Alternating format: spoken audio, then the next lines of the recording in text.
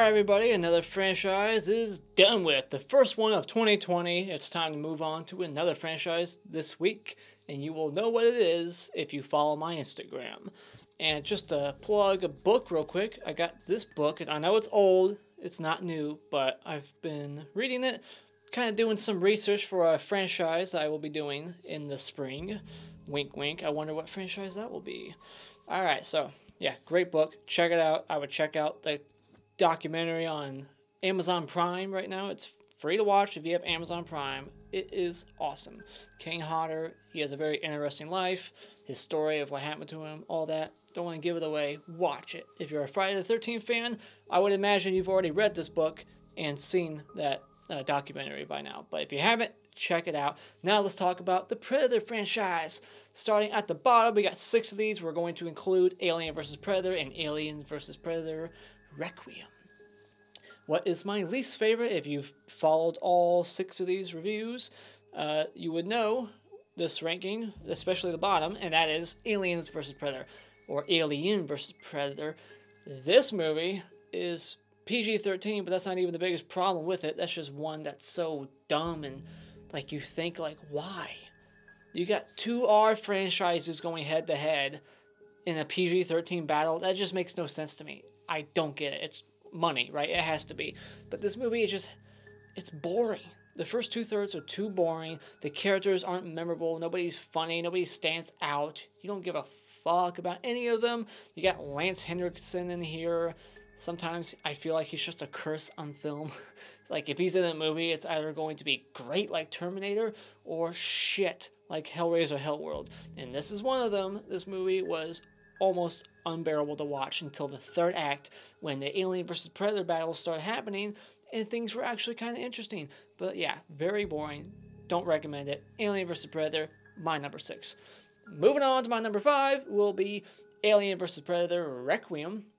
This is the R sequel. This one goes for it. It has all kinds of blood and carnage. It's very poorly lit. I can't look past that. I can't, like, not mention it. This is one of the worst lit movies ever made that I've seen in recent memory. But there's also some cool imagery here and there. The Predator looks cool in this movie, the aliens, and you got some great ass, like, carnage. You got guys' faces melting off, people's heads getting blown off. It is some awesome stuff, and I love that this movie just goes for it. You got kids dying, pregnant women getting, like, eggs stuffed down their throat.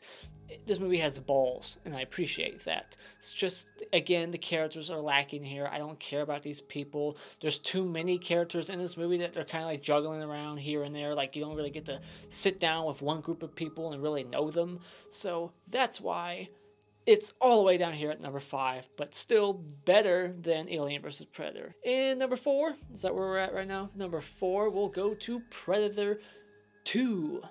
I really like Danny Glover in this role. Yes, he's not Dutch, but he's just a skinnier version, but he's still as badass. Even though he's nowhere near as muscular as Dutch, he is still somehow an intimidating presence in this movie. When he puts Gary Busey up against that wall and he's just looking him in the face like, don't fuck with me or I'll kill you. This guy's badass. Danny Glover's character, I love him in this movie. The only thing I didn't really care for in this one was the Predator. He seemed kind of like, he's dropping one-liners. He seemed like a villain out of, like, a B horror movie, just dropping one-liners. He said, like, shit happens and, you know, ugly motherfucker. And it just sounded weird. It took me out of it in the moment. I would take that out. And I'm not too crazy about the overall tone of the movie. It's kind of tonally different from the first one. It's got weird humor here and there, especially with, like, the grannies in the apartment later on, and that subway scene's kind of weird. That strobe light fight scene in the subway train was shot kind of poorly. I could barely tell what was going on. But there's some cool stuff in here. You got Bill Paxton in here. He's very funny. I dug his character. It's got some winks to the first one. You got skinned bodies hanging around. So yeah, there's some cool stuff in here. You get to see the Predator spaceship.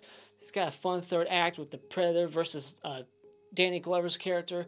Good stuff. And I think this is the only one with boobs. Am I right? I don't know. I just watched all these, and I think this is the only one with boobs. So there's a plus. Moving on to my number 3, we'll go to The Predator, which came out 2 years ago in 2018. This movie was fucking great. I thought this movie had some great characters in it. You got Thomas Jane, you got Keegan-Michael Key, Keegan-Michael Key? Yeah, Key and Peele, one of them, Key. He was hilarious. I liked that this one took a different approach. It didn't take the serious approach of the first one or Predators. It was more of an action comedy, and with some sci-fi in it, of course. But yeah, the whole thing with the kid, I don't know, but like that was just kind of weird, and I felt like they didn't do much with that. And the third act is definitely messy. I'll admit that. Like, like the spaceship flies off and then it crashes miles away, and Olivia Munn's character just like walks like miles in a minute. Like, how does she get there? That makes no sense. Just a little nitpick, but I like the Predator versus Predator in this one. The big CGI Predator versus the classic one. The Predator dogs. There's some great stuff to be offered in this movie. Some great things. It's funny. The characters are way better than any of the other characters in this franchise besides the first movie. But you compare these characters to all the other ones, this one's awesome. I like the characters. I love the comedy. I'm not going to sit here and defend it for too long, but yeah, I enjoyed it. I don't get the hate for it. I don't think it like ruins continuity or anything. It's a sequel to the first couple, right? I don't think it ignored anything.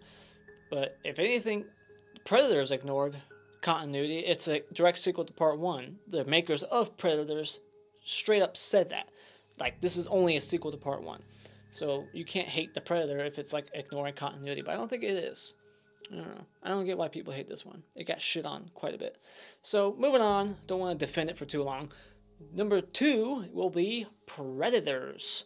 This one has a very great cast in it. The only thing that I would change about this movie is the casting of Adrian Brody. He does good, but just not this role. Like, he's a good actor, but I just don't think he can pull off the badass as well as someone else, like, you know, like a Jason Statham, I said in my review, or maybe even like a Sam Worthington from Hacksaw Ridge and Avatar. Like, somebody like that who's just way more intimidating. This guy, I just don't buy it. You know? Is it just me? I don't know. I just feel like somebody else should have played Adrian Brody's character. Like, you can have Adrian Brody in this movie, but don't make him that type of character. Like somebody else, you know? But I like Topher Grace in here. You got Lawrence Fishburne. You got Danny Trejo for a bit. This movie is brutal, just like Alien vs. Predator Requiem. You got spines being ripped out, little winks and, you know, nods to the first film. I like the new setting on the Predators planet. You got the classic Predator played by Derek Mears versus this new tribe of Predators. It's just a constant thrill ride all the way through it. It starts interesting and never lets up as soon as it opens. It's just falling out of the sky, and it's tension from that moment on. This movie is just great. It has a great pace. Can't recommend it enough. Predators, if you haven't seen it, check that one out, because it is my number 2. But my number 1, of course, is the Arnold Schwarzenegger Predator. The original. Iconic score, great characters, great action, great tension, a great unique concept and look of this new villain, the Predator, the effects done by Stan Winston, just an invisible creature stalking you through the jungle. Great concept for a sci-fi action horror movie. Can't say enough about it. What can I say about it that hasn't already been said? Great action, one-liners. You got Arnold Schwarzenegger here, that third act battle when he gets all the mud on him, holds that torch and starts roaring. Awesome. Just fucking awesome. This is one of the best action movies that he's done next to Terminator. This was directed by the same guy who went on to do Die Hard like the year after. So you got a great director behind this project. So many great things lined up to make the perfect film, and that is Predator. So that is my ranking of the Predator franchise. I'd be curious to check your guys' out in the comments below. Put them down there. If you like what you've seen here, you hit this like button, share with all your friends. You can become a Patreon to request movie reviews, and become a subscriber if you haven't done so already, just by clicking on my cartoon face in about 5 seconds. And until next time, auf Wiedersehen.